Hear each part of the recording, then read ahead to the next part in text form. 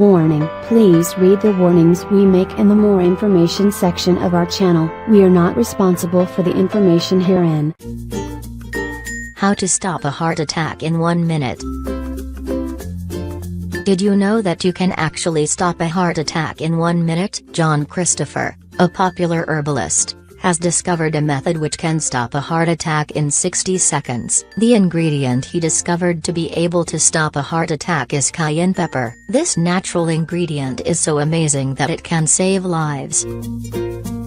How to use cayenne pepper. According to the Scoville heat units, cayenne pepper has at least 90,000 Scoville units. Hence, if you or someone around you is having a heart attack, make sure you give them a teaspoon of cayenne pepper in a glass of water. Note that the patient has to be conscious. In case the person is unconscious, you can use cayenne pepper extract. All you should do is put a few drops under the tongue for results. This powerful ingredient will increase the heart rate and balance the circulation. Moreover, cayenne pepper will carry blood to all parts of the body. It will stop bleeding instantly and help in heart attack recovery. Dr. Schultz's cayenne tincture recipe. Ingredients: cayenne pepper powder, 1-3 fresh cayenne peppers, 50% alcohol. You can use vodka. 1 liter glass bottle. Gloves. Instructions: first, you should wear gloves for safety. Then, fill a quarter of the glass bottle with cayenne pepper powder. Next, pour in just enough alcohol that it covers the powder. Then,